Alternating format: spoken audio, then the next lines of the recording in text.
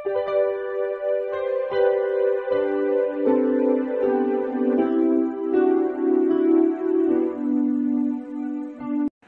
Students, প্রথমেই UK educational টিপসের পক্ষ থেকে তোমাদের সকলকে স্বাগত জানাই।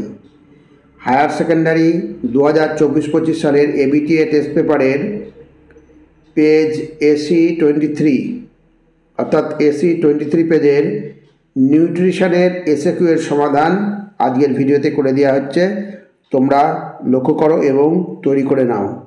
এই পেজের বেশ কয়েকটি প্রশ্ন ভেরি ইম্পর্ট্যান্ট, যেগুলি তোমাদের উচ্চ মাধ্যমিক পরীক্ষায় বিশেষভাবে সাহায্য করবে।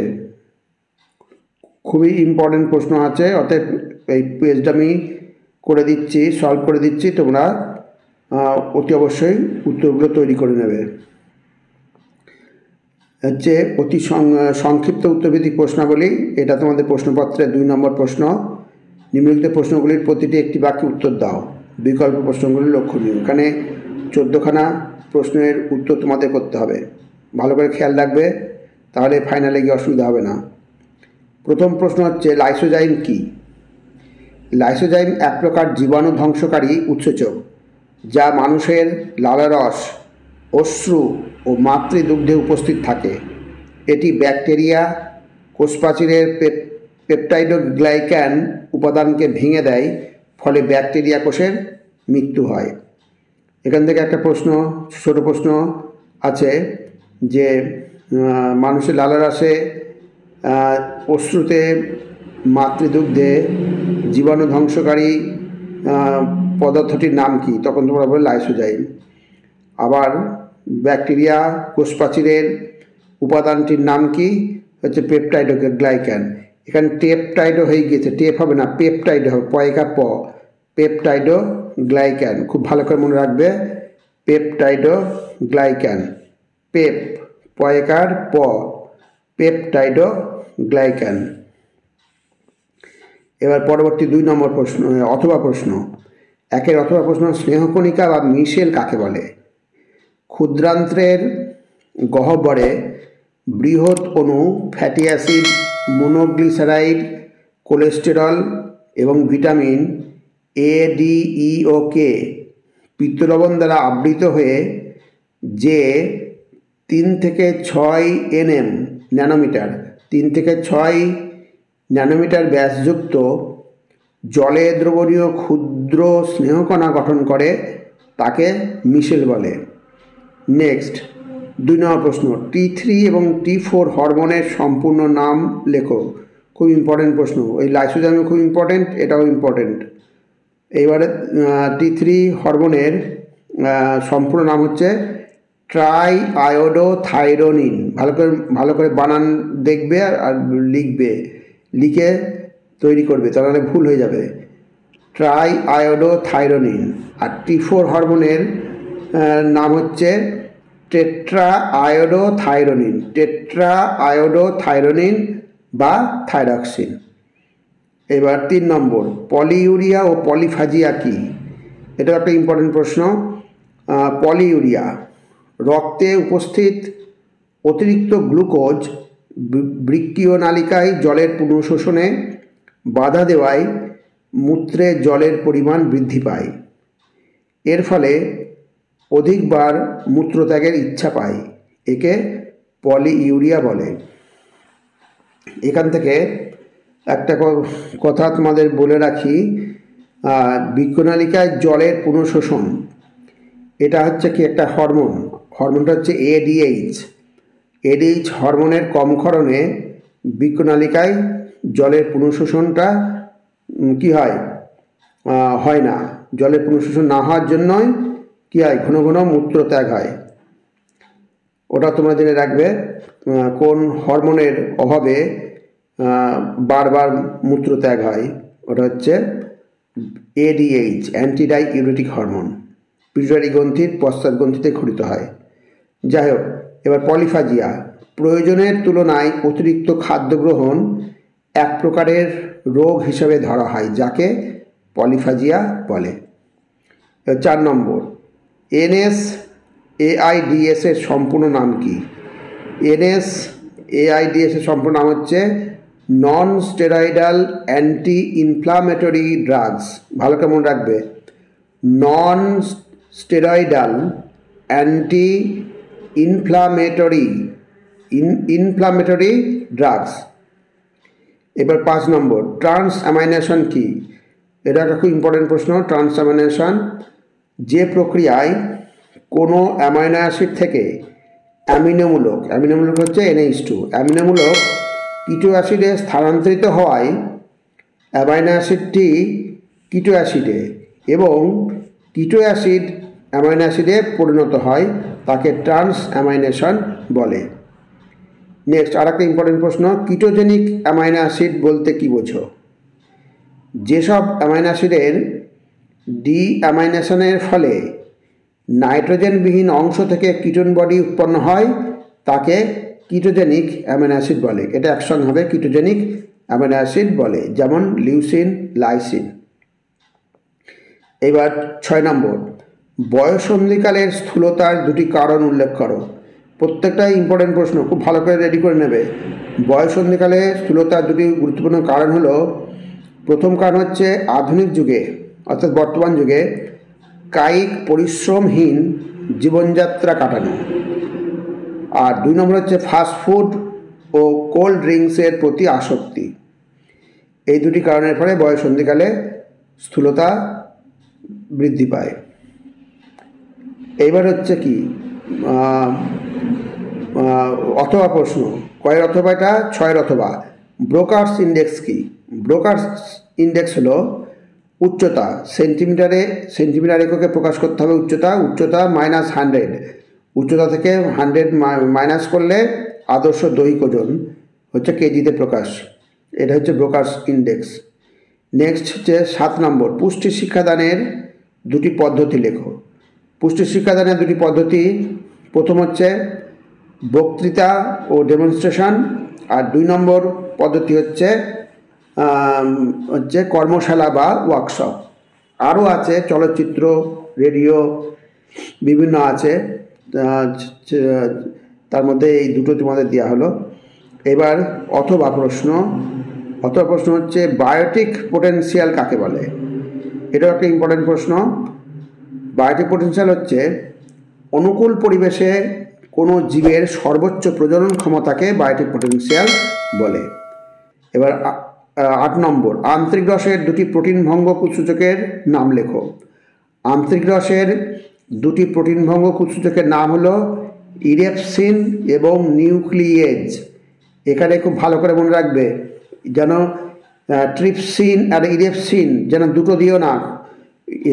ইরেপসিন হচ্ছে কি আন্তরিক রসের থেকে খরিত হয়, আর ট্রিপসিন কিন্তু আন্তরিক রসের খরিত উপাদান নয়। ট্রিপসিন হচ্ছে অগ্নাশয় নিশ্চিত রসে হচ্ছে কি থাকছে কি ট্রিপসিন। অতএব এখানে যেহেতু প্রশ্ন আছে আন্তরিক রসের 2টি প্রোটিন ভঙ্গ সূচকের নাম, তাহলে লিখবে ইরেপসিন এবং নিউক্লিয়েজ। কখনোই ইরেপসিন আর ট্রিপসিন দেবে না, ট্রিপসিন দিলে ভুল হবে, ট্রিপসিন হবে না। এবার 9 নম্বর একটা অঙ্ক দিয়েছে, 6.4 গ্রাম স্নেহ পদার্থ, 19.4 গ্রাম কার্বোহাইড্রেট এবং 11.8 গ্রাম প্রোটিন সমৃদ্ধ একটি স্কুল টিফিন মোট কত কিলোক্যালোরি সরবরাহ করবে? তাহলে তোমরা প্রথমেই জেনে রাখবে 1 গ্রাম স্নেহ পদার্থ থেকে কত কিলোক্যালোরি তাপশক্তি উৎপন্ন হয়, 1 গ্রাম প্রোটিন থেকে কত কিলোক্যালোরি তাপশক্তি উৎপন্ন হয়, আর 1 গ্রাম ফ্যাট থেকে। 3টেই ভালো করে মনে রাখবে, তা নাহলে অঙ্ক পারবে না। তাহলে প্রথমে 1 গ্রাম স্নেহ পদার্থ থেকে প্রাপ্ত শক্তি, এটা আমরা জানি হচ্ছে 9 কিলোক্যালোরি। তাহলে এখানে স্নেহ পদার্থ কতটা আছে? 6.4 গ্রাম আছে। তাহলে 1 গ্রাম থেকে যদি 9 ক্যালোরি হয়, কিলোক্যালোরি উৎপন্ন হয়, তাহলে 6.4 গ্রাম থেকে উৎপন্ন হবে কত? 6.4 × 9 গুণ করে 57.6 ক্যালোরি। ভালো করে শোনো কথাটা, তাহলে অঙ্কটা তোমরা নিজেরাই করতে পারবে। প্রথমে 3টে জিনিস মুখস্থ রাখতে হবে তোমাকে। 1 গ্রাম স্নেহ পদার্থ থেকে প্রাপ্ত শক্তির পরিমাণ কত, 1 গ্রাম কার্বোহাইড্রেট থেকে প্রাপ্ত শক্তির পরিমাণ কত, আর 1 গ্রাম প্রোটিন থেকে প্রাপ্ত শক্তির পরিমাণ কত। এই 3টে না জানলে অঙ্ক পারবে না। তাহলে স্নেহ পদার্থ বেরিয়ে গেল, ফ্যাট বা স্নেহ পদার্থ বেরিয়ে গেল। এইবার হচ্ছে কার্বোহাইড্রেট। আমরা কি জানি 1 গ্রাম কার্বোহাইড্রেট থেকে প্রাপ্ত শক্তি হচ্ছে 4 কিলো ক্যালোরি। এটা মুখস্থ রাখতে হবে তোমাকে। তাহলে এখানে কত কার্বোহাইড্রেট আছে? 19.4 গ্রাম কার্বোহাইড্রেট আছে। তাহলে 19.4 গ্রাম কার্বোহাইড্রেট থেকে প্রাপ্ত শক্তি 1 গ্রাম থেকে যদি 4 হয় তাহলে ইন্টু 19.4, তাহলে 4 ইন্টু 19.4 কিলো ক্যালোরি গুণ করে হচ্ছে 77.6 কিলো ক্যালোরি। আর এখানে আমরা জানি 1 গ্রাম প্রোটিন থেকে প্রাপ্ত শক্তি হচ্ছে 4 কিলো ক্যালোরি। অঙ্ক করার সময় রাউন্ড ফিগারে নিয়ে করবে, 4.1 নিয়ে করবে না, 9.3 নিয়ে করবে না, 4.9 এইভাবে করবে। সুতরাং 11.8 গ্রাম প্রোটিন থেকে প্রাপ্ত শক্তি হচ্ছে 11.8 ইন্টু 4 গুণ করে হলো 47.2 কিলো ক্যালোরি। তাহলে 3টে যোগ করো এবার, 47.2, 77.6 আর হচ্ছে 57.6। 3টে যোগ করে দেখা গেল 182.4। তাহলে টোটাল কিলো ক্যালোরি হচ্ছে 182.4। অর্থাৎ স্কুল টিফিন থেকে প্রাপ্ত মোট ক্যালোরি হচ্ছে 182.4 কিলো ক্যালোরি। নিশ্চয়ই বুঝতে পেরেছ? না বুঝতে পারলে আরেকবার ভিডিওটা চালিয়ে শুনবে, তাহলে বুঝতে পারবে। এইবার 10 হচ্ছে ল্যাক্টোফেরিনের কাজ কি? কোলোস্ট্রাম এবং পরিণত মাতৃদুগ্ধে উপস্থিত ল্যাক্টোফেরিন এক প্রকার লৌহঘটিত আবদ্ধকারী প্রোটিন, যা স্ট্যাফাইলোকক্কাস, ইকোলাই প্রভৃতি ব্যাকটেরিয়ার জীবাণুর লোহা গ্রহণের পথ আটকে দিয়ে তাদের বৃদ্ধি প্রতিহত করে। এবার 11 নম্বর, শিশুদের কেটিনিজমের কারণ কি? তা তোমরা সকলেই জানো যে থাইরয়েড গ্রন্থির প্রধান উপাদান হচ্ছে কি? আয়োডিন। এই আয়োডিনের অভাবে থাইরয়েড গ্রন্থির ক্ষরণ কম হয়। এই অবস্থাকে বলা হয় কি? হাইপোথাইরয়েডিজম। এই শিশুদের ক্ষেত্রে হাইপোথাইরয়েডিজমের ফলে কেটিনিজম রোগ দেখা দেয়। এইবার 11 অথবা কোন ভিটামিন ও খনিজ লবণের অভাবে অ্যানিমিয়া হয়? খুবই ইম্পর্টেন্ট প্রশ্ন এবং সকলেই জানো কোন ভিটামিন এবং খনিজ লবণের অভাবে। ভিটামিন হচ্ছে B6, B12 বা ফলিক অ্যাসিড, এবং খনিজ লবণ হচ্ছে লোহা। লোহার অভাবে অ্যানিমিয়া রোগ হয়। 12 নম্বর, ফুড ফর্টিফিকেশন বলতে কী বোঝো? ফুড ফর্টিফিকেশন হচ্ছে একটা প্রক্রিয়া, যে প্রক্রিয়ার মাধ্যমে খাদ্যপণ্যে অতিরিক্ত পুষ্টি উপাদান, এই যেমন ভিটামিন, খনিজ বা মাইক্রোনিউট্রিয়েন্ট, এগুলো কি কৃত্রিমভাবে যোগ করা হয়, যা স্বাভাবিক অবস্থায় ওই খাদ্যে অনুপস্থিত বা স্বল্প পরিমাণে থাকে। সেই প্রক্রিয়াকে বলা হয় ফুড ফর্টিফিকেশন। যে সমস্ত খাদ্যপণ্যে এই স্বাভাবিক অবস্থায় ওই কী অনুপস্থিত থাকে, এই প্রোটিন, ভিটামিন, এগুলো সমস্ত কি কম থাকে, থাকেই না, সেই সমস্ত খাদ্যের মধ্যে কৃত্রিমভাবে এই ভিটামিন, খনিজ এগুলো কি ঢোকানো হয়, অর্থাৎ যোগ করা হয়। যোগ করে যে প্রক্রিয়ায় যোগ করা হয় তাকে বলা হয় ফুড ফর্টিফিকেশন। এইবার অথবা প্রশ্ন হচ্ছে, কাঁচা আম সংরক্ষণে কোন রাসায়নিক ব্যবহৃত হয়? কাঁচা আম সংরক্ষণে ব্যবহৃত রাসায়নিক সংরক্ষকটির নাম হচ্ছে পটাশিয়াম মেটাবাইসালফাইড। পটাশিয়াম মেটাবাইসালফাইড। এবার 13 নম্বর, সিওপিডি এর সম্পূর্ণ রূপটি কি?